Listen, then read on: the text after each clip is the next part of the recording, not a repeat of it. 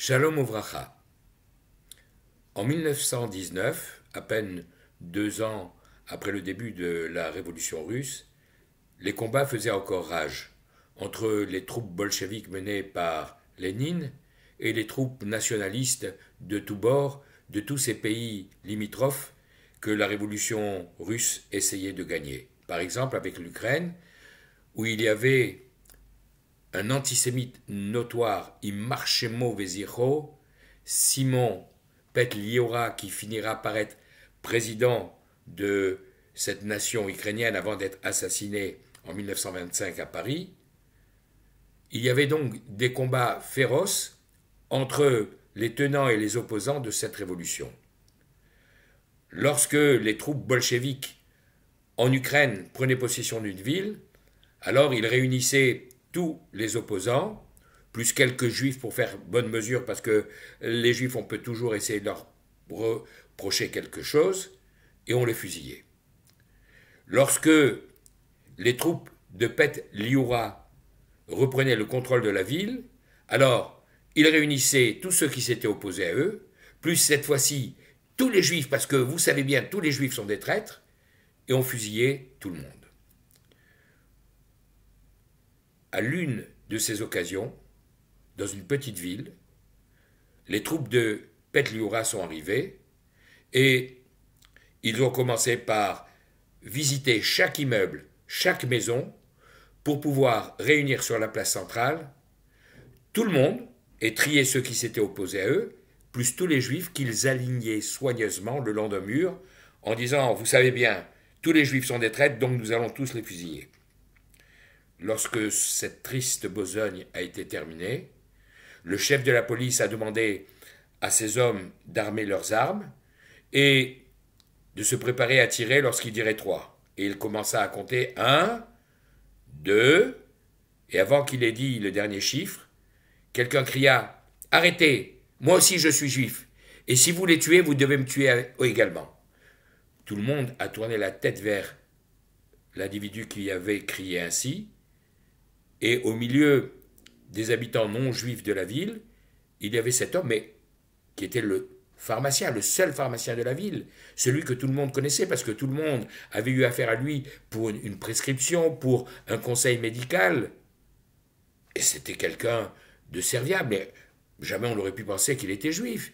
Il ne faisait pas attention à ce qu'il mangeait, cachère ou pas cachère. Sa boutique était toujours ouverte, y compris le jour de Yom Kippour, et personne n'avait rien su de ses origines.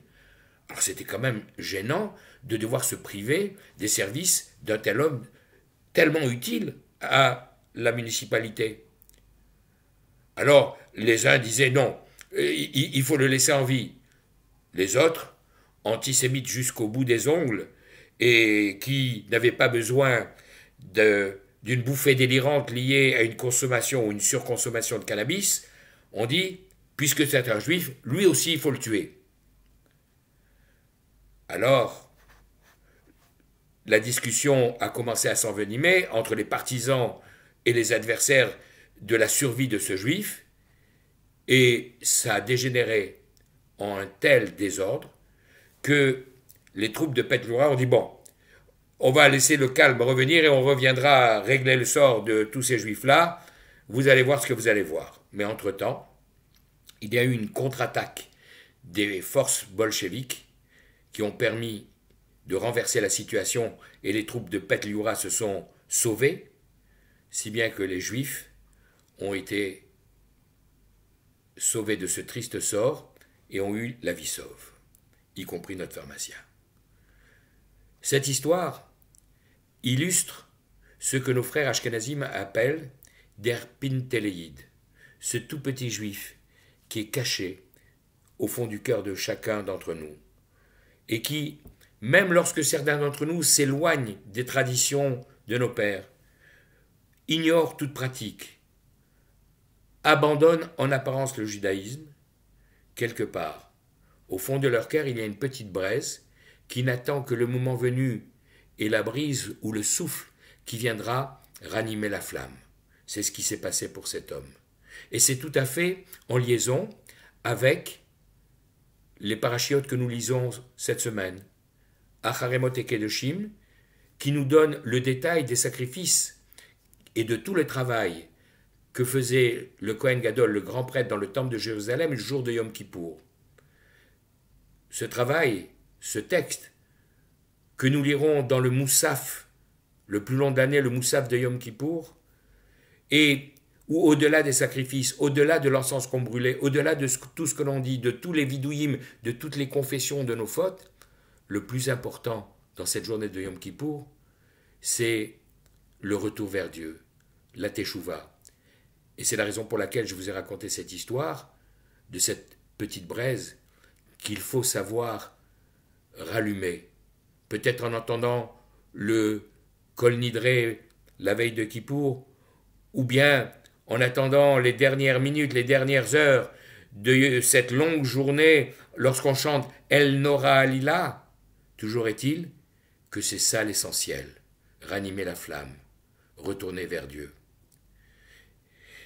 Et l'on peut se demander, mais quelle est l'origine de cette expression de nos frères Ashkenazim, Der Pintele Yid, ce tout petit Yid?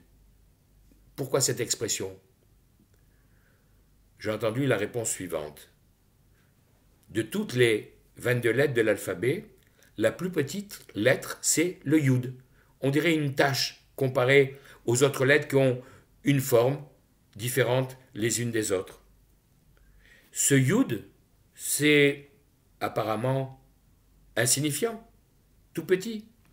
Mais c'est en même temps extrêmement important parce que c'est la première lettre du nom de Dieu, Yud-Ke Vav-Ke. Le tétragramme formé des 4 lettres que nous n'avons pas le droit de prononcer, c'est Yud à la tête. Alors, pour quelle raison utilise-t-on cette expression pour parler de cette étincelle qui doit repartir de ce point lumineux dans notre cœur? C'est un verset à la fin de la parashat Be'alotecha qui nous le dit. Lorsque Akadosh Baruch Hu fait des remontrances à Myriam et à Aaron qui ont osé parler de Moshe qui s'est séparé de sa femme, et avant d'envoyer la lèpre à Myriam et de la guérir, Akadosh Baruch Hu, le Saint béni soit-il, leur dit Ve'aish Moshe.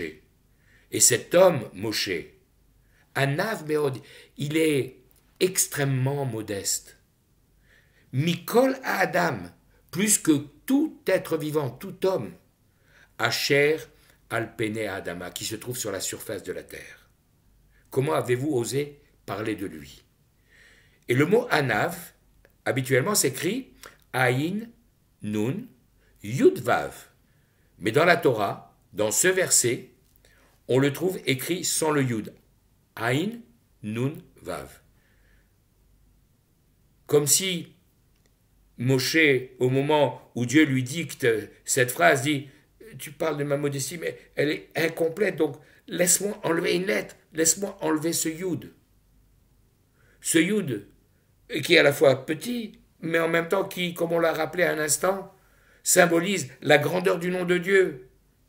Laisse-moi écrire Aïn, Nun, Vav.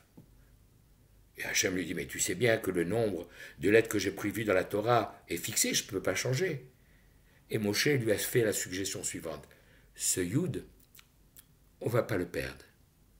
On va le placer au fond du cœur de chacun des Juifs pour toutes les générations à venir.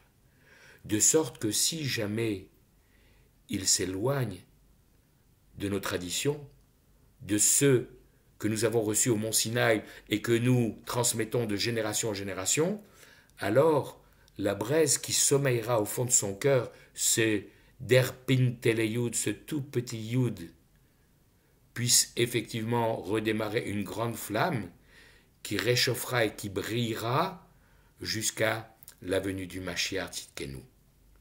Shabbat Shalom, Bracha ve'atzlacha ve'kol tuv.